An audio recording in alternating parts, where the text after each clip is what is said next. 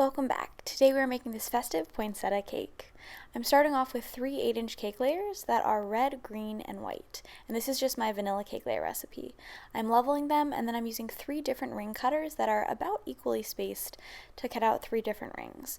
Now you can make different sized cake layers and use different sized ring cutters. It really is just trying to make sure that each ring is about the same thickness. I like to twist them a little bit once I push them into the cake to make sure that the cake is fully cut through. And I repeated this with my red and my green cake layer. Once I had separated out my rings of cake, I carefully reassembled them following the same color pattern. So my cake layers went green, red, and then white, and I followed this with each layer. And it makes sense as you go because in the end you will only have 3 rings left, but you want to be conscious of it as you're assembling them just so that everything lines up right. Once my cake layers are reassembled, I added a dab of buttercream onto my greaseproof cake board and started assembling my cake. You can start with any of your cake layers, you just have to keep in mind which color is on the outside and follow your color pattern. So I started with my layer that had red on the outside, and I spread an even layer of peppermint buttercream on top of this. Next came my cake layer with the white on the outside, which I added an equal amount of buttercream to, and once that was all smoothed out, I went in for my last cake layer, which I always like to flip upside down just to minimize the crumbing and make it easier to frost and get sharp edges. I peeled off my layer of parchment paper and then covered the whole cake in a crumb coat. So my cake layers were at room temperature at this point, but if you do chill your cake layers, it makes them a lot easier to frost and it really minimizes crumbing, so I highly recommend it.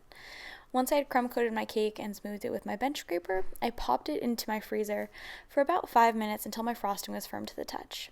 Then I added my second thicker layer of frosting by starting at the top and then slowly working my way down the cake. Once my frosting was nice and smooth, or as smooth as I could get it, it was time to work on our poinsettias. So I chilled my cake in the freezer one more time and then set to work with my flour nail and some small squares of parchment paper. I added a small dab onto my flour nail to keep the parchment paper in place, and then I'm using a small petal tip to pipe 5, technically they're leaves, but flower petals of our poinsettia. Now you could do 5 or 6 petals, there's no right or wrong way, it really just depends on what size you want to make them.